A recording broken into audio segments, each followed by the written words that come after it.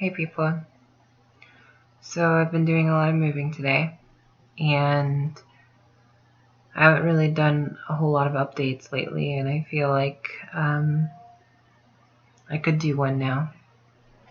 I want to talk a little bit about community. I've been spending my time in property management, and this job made me think a lot about community. As far as like management, because that was part of the job. And me, I'm the type of person, I really like individuals. I've always been the type of person that I really care about individuals and their stories and their individuality.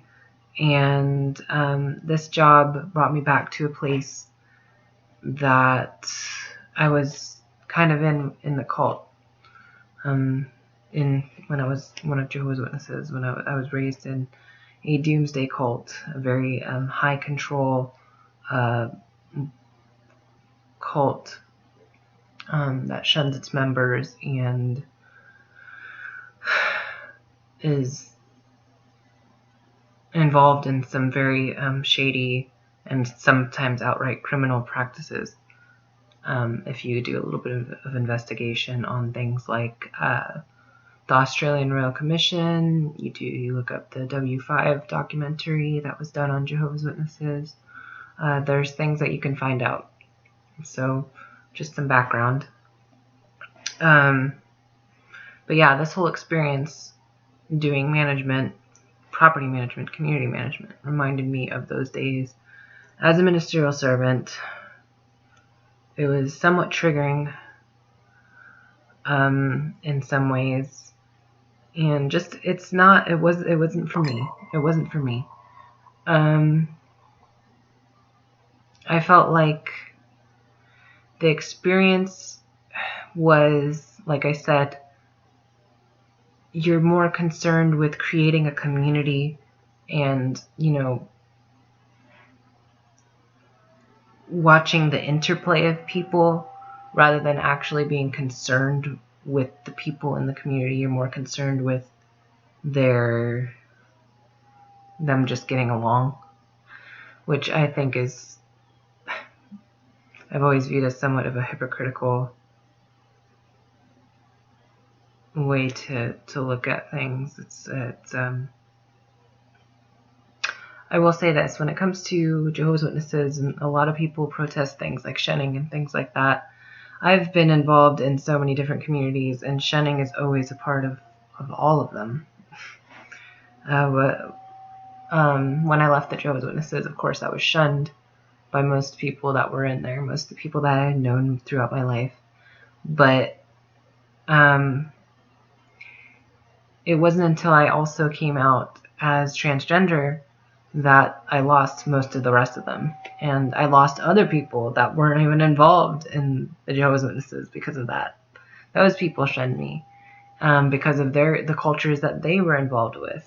And then, of course, you have, every culture that you get involved with, every community that you get involved with will have a certain point where they will oust you from it if you are not in line with what they think are their standards. There's the feminist community that has gotten a really bad reputation over the years now because they basically just, if you don't agree with certain things that they say about men or about, gender, they will oust you from their community.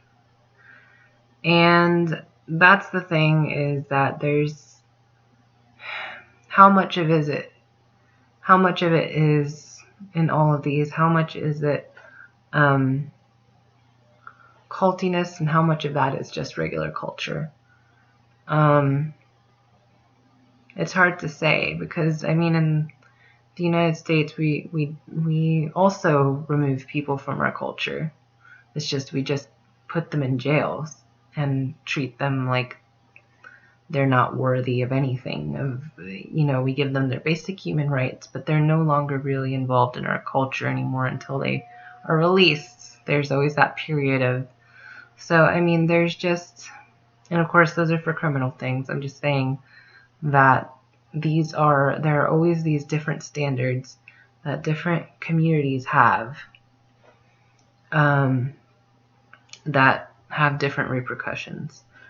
And the thing is that there's always got to be people that decide those things if you're in a community. And there's always got to be a basic structure that starts with the community. For conservative communities, for more conservative communities, it's usually the family. The family unit is the basic unit. But like in more liberal communities, identity as far as becomes your family, like who you identify as and things, because a lot of those people are displaced from conservative communities that have ousted them. At least that's the feeling that I get a lot from the liberal community. And that liberal, I think the more traditional idea is that blood is thicker than anything, whereas like the more liberal idea is you can, you find your kin, you find your community, and you make family out of it. So though, like, we have traditionally always been very family oriented society, and only recently has identity as kin become something that's actually been a viable option because of the internet. Because it's a lot more easier to find people within a group and subgroup that you can align with and identify with and actually create a community. And whether that is a good thing or a bad thing, whether that is culty or not, is tough to say, because I mean, who's to question the bonds of loyalty between any of those people, between family, between blood, between ideals? If you feel loyal to someone, if you're going to be loyal, then you have your own set of values as to how to maintain that loyalty. And now I'm going way off subject. But my main point is that, having been involved in so many communities after leaving the Jehovah's Witnesses, I got involved in both the ex-Jehovah's Witness community and the transgender community. I eventually ended up leaving the transgender community because I felt that it just wasn't good to come to be transgender and be so involved in a community that reminded you of something that you're actually trying to overcome. Like most trans people, especially those with gender dysphoria, and true scum or whatever you want to say, like if you're diagnosed with gender dysphoria, that's a thing. That's an issue that you have to deal with. So it is a thing. And if your community is filled with people that either don't have to deal with that, and make being trans their life, their entire life, like, that's not a whole lot of support for you. Transgender support groups used to be support for continuing your life and moving on through transitioning and afterwards. So, I got involved in it and I was very active. I was somewhat of an activist, somewhat of a voice in that community. And eventually it got to the point where I was just inundated with so many different people that were, that looked to me, that wanted my advice, or, wanted to be friends, and it was just always, in some ways, to the constant transgender talk was difficult for me. And so I felt like I had to leave that. And of course, I still talk about being trans. It's just that that's my thing.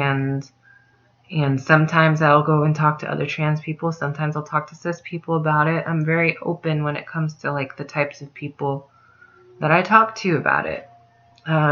Especially when I'm in, a good area where I feel, I'm safe and I can do that. And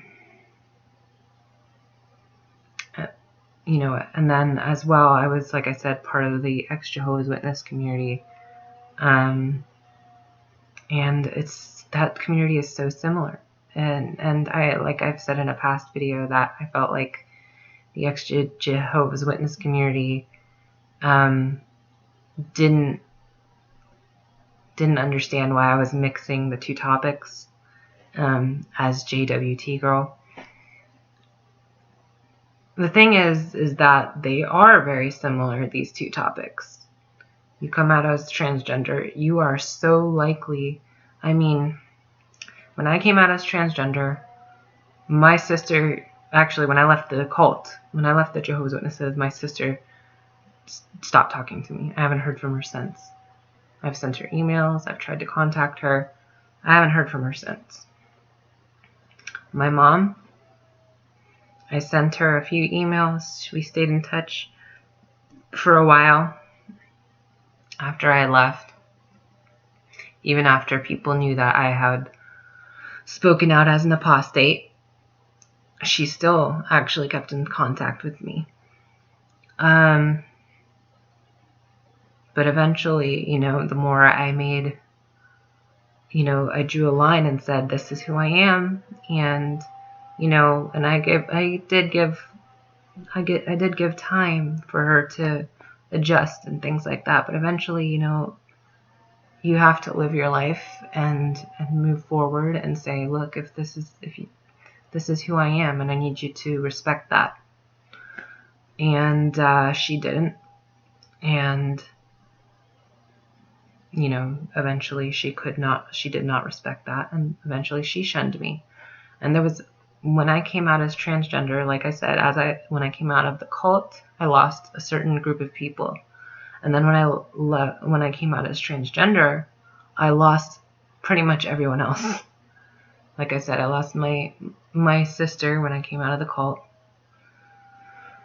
When I came out as trans, I very nearly lost my father. I did kind of for a short time period.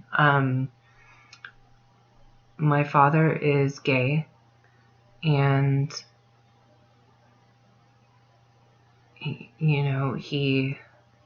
when I first came out, he asked me why. He told me I didn't need to be doing this, that I was ruining my life. And he asked me why I couldn't just be a gay man. And I basically said, because I'm not a gay man. I'm just not. I can't. I don't view myself that way, and I just don't see it that way.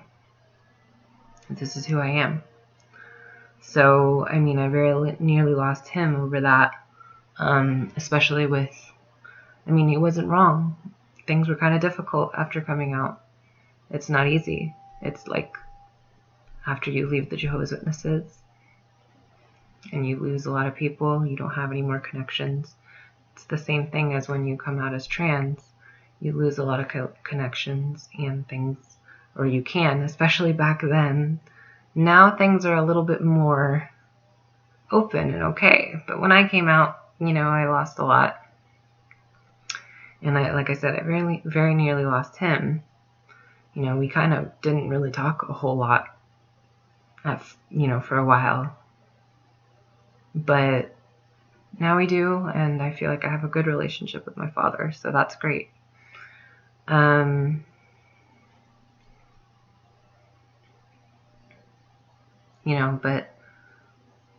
my point is that, no matter what, you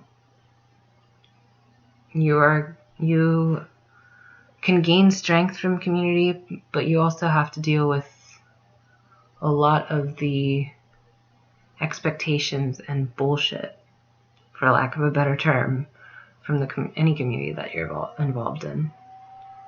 And, at first, when I left the Jehovah's Witnesses, I was all about, getting through to my family that was still inside, and getting through to other people, and shedding light on what the Jehovah's Witness is about. And now I'm still somewhat about that, but I'm a lot more about saying, hey, this institution is involved in criminal activities, and you should know this and beware, and things like that. But as far as shunning and things like that, they're just another community, and I just don't see it the same way. And because I've experienced that sort of thing from several different communities as a transgender person. And, words like discrimination and things come to mind when you talk about these sorts of things. And the more that there is a direct group of people being ostracized or selected or deselected by another group of people for criticism, for shunning or whatever, the more that is actually discrimination. But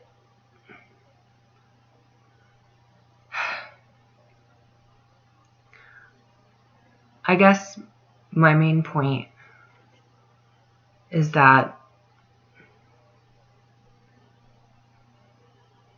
as an ex-Jehovah's Witness, I've had to learn to not look, not hold on so tightly to these communities that I've been involved with, even the ex-Jehovah's Witness community. It is just another cult in the end. It's just another, for lack of a better term, it's another culture. It's just another thing. And so, while I support the activism that's gone into exposing things like, the pedophilia and the flip-flopping blood doctrines, the people that are dying because of not refusing for refusing blood transfusions at the order or at the advice of the Jehovah's Witnesses. These types of things that are being brought to light by various agencies and organizations and people. I respect that, but at the same time, there's a need to find yourself in all of these communities when you're involved in something like that, especially something where you're coming out of something toxic, whether you're coming out of living as a gender that you knew, yet you realized was not part of your life. It's coming out of a toxic environment. That was not you, and you're moving on from that. And to get involved in another community full of people that are moving on isn't really moving on. And it's the same thing with ex-Jehovah's Witness community, I've found, and communities just in general like that, like.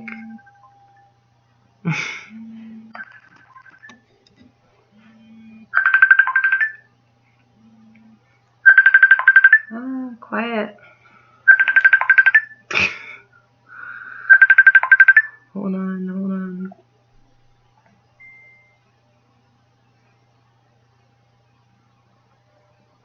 1 second. 1 minute. But yeah, I just find that you just need to give yourself time to learn and grow, and meet new people. No matter how scary it is, you really have to open up and move forward, because none of the people in those communities are gonna do it for you, are going to really move you forward in your life. You have to do it all on your own, yourself. And you go into these communities and you make friends, and you use that for strength, and you offer your strength to others, but ultimately you move your life forward, or you don't. So anyways, that's my thoughts for the day. It's just something that's been on my mind lately, especially in everything that's been going on in my life lately. And thanks for watching, and I hope everyone's well. And I will talk to you all later.